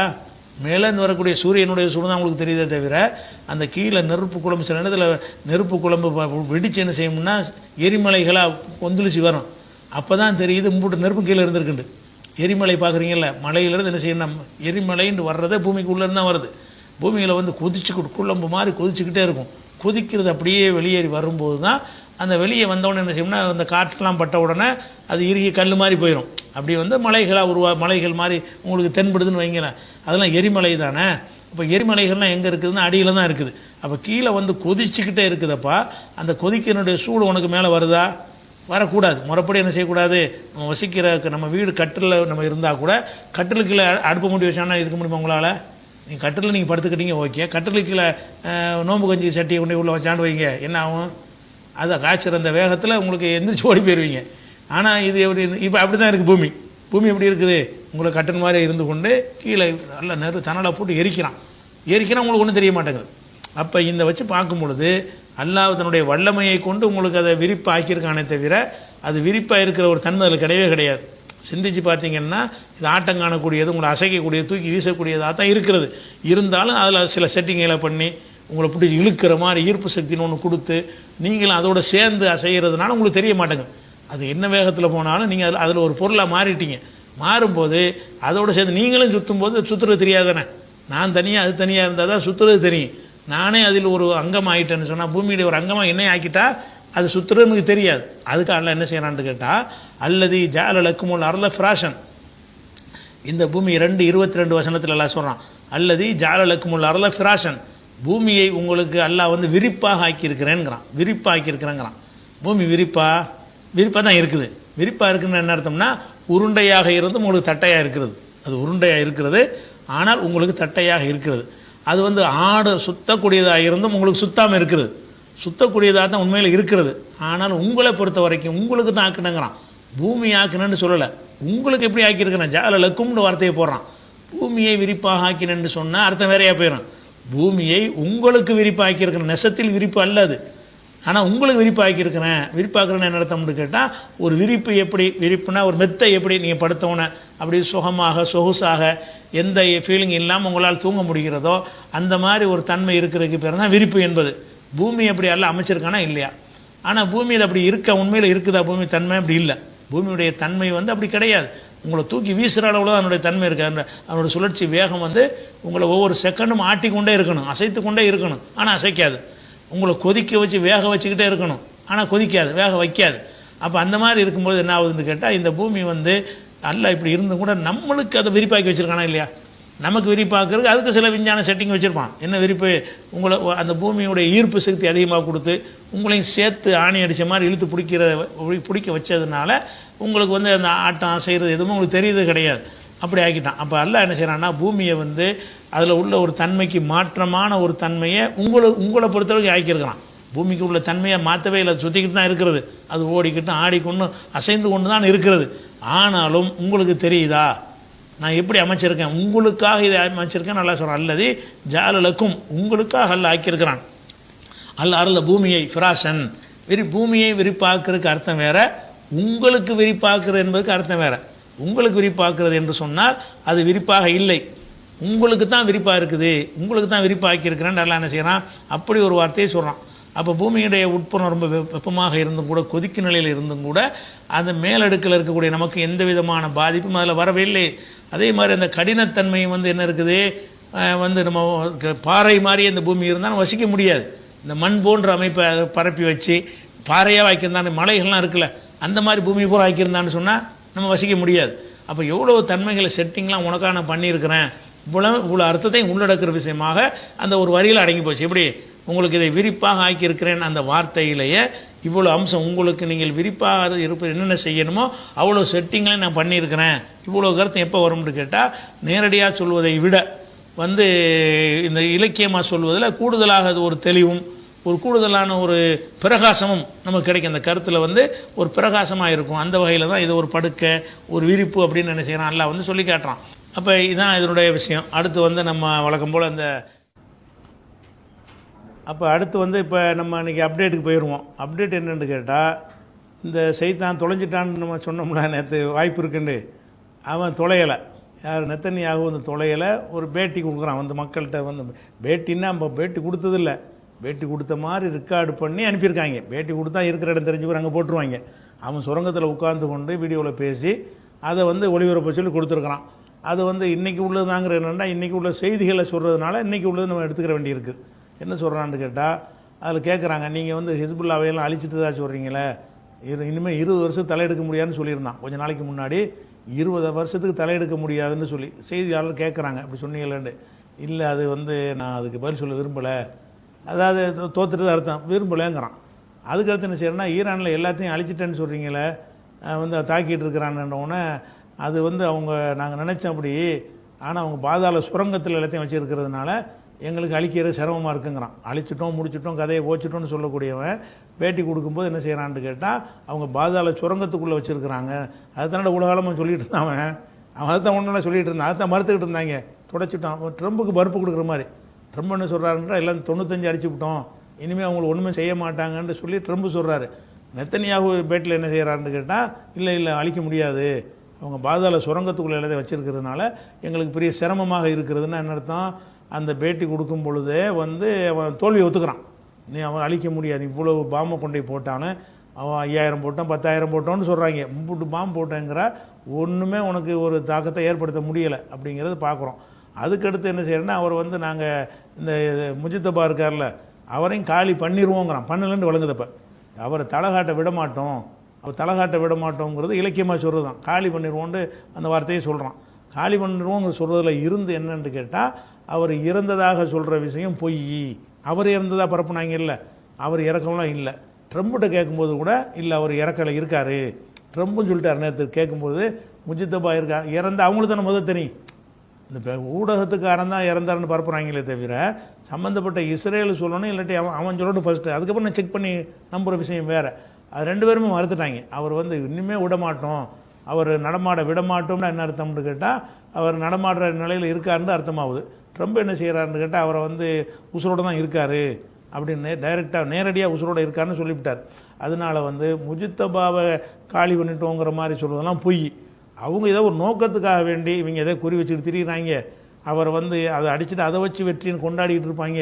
அதனால் அவர் சேஃப்டியாக வச்சுக்கிறோங்கிறதுனால அவர்கிட்ட ஆர்டரை வாங்கி கொண்டு செயல்படுறாங்களே தவிர, அவரை கொண்டாந்து காட்டுறது ஆரம்பத்துலேருந்து காட்டலையில், ஆரம்பத்தில் இருந்து அவரை காட்டவில்லை. ஏன்னு கேட்டால், அவர் தந்தை இழந்திருக்கிற ஒரு நேரத்தில் அவருக்கும் ஏதாவது வந்துடக்கூடாது என்று என்ன செய்கிறாங்க, பயப்படுறாங்க. ஆனால் இயக்குறது அவர் தான் இயக்குறாரு, அறிக்கை மாதிரி தர்றாரு, அறிக்கை மாதிரி விடுறாரு. அதனால் அந்த விஷயம் இன்றைக்கி தெளிவாகி போச்சு. அதான் இன்றைக்கி உள்ள அப்டேட்டு. வேறு ஒன்று புதுசாக அப்டேட்டு ஒன்று கிடையாது. அதனால் போதும். அஸ்ஸலாமு அலைக்கும்.